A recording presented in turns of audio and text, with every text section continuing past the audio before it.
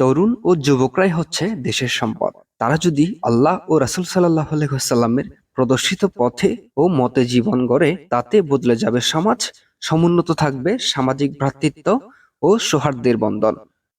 এই চিন্তাকে সামনে রেখে যুব সমাজের প্রতি ঐতিহাসিক আহ্বান করেছেন খলিফায়ে রাসূল সাল্লাল্লাহু আলাইহি ওয়াসাল্লাম হযরত শাইখ সৈয়দ গাউসুল আজম রাদিয়াল্লাহু আনহু।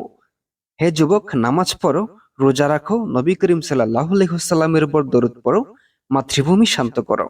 এ আহ্বানে সাড়া দিয়ে লক্ষ লক্ষ যুবক ফিরে আসছে আল্লাহ ও রাসূল সাল্লাল্লাহু আলাইহি ওয়াসাল্লামের পথে।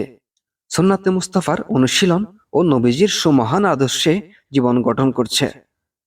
দেশের যুব সমাজকে হেদায়েতের পথে পরিচালিত করে আদর্শ দেশ ও জাতি গঠনে তিনি অগ্রণী ভূমিকা পালন করেছেন।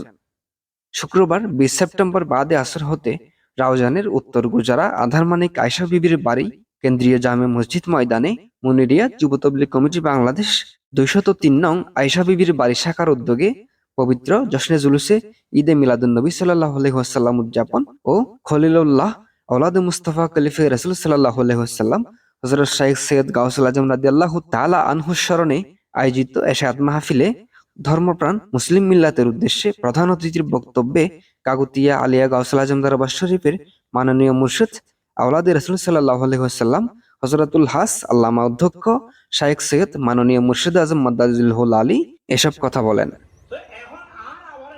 এ মাহফিলে আরো বক্তব্য রাখেন মাওলানা কাজী মোহাম্মদ আনোয়ারুল আলম সিদ্দিকী, মাওলানা মোহাম্মদ আব্দুস সবুর, মাওলানা মোহাম্মদ জসিমউদ্দিন নুরী প্রমুখ।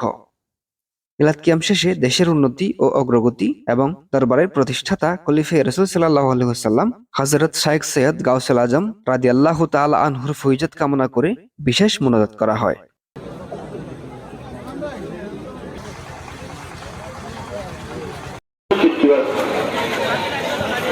ইমানদার মানুষও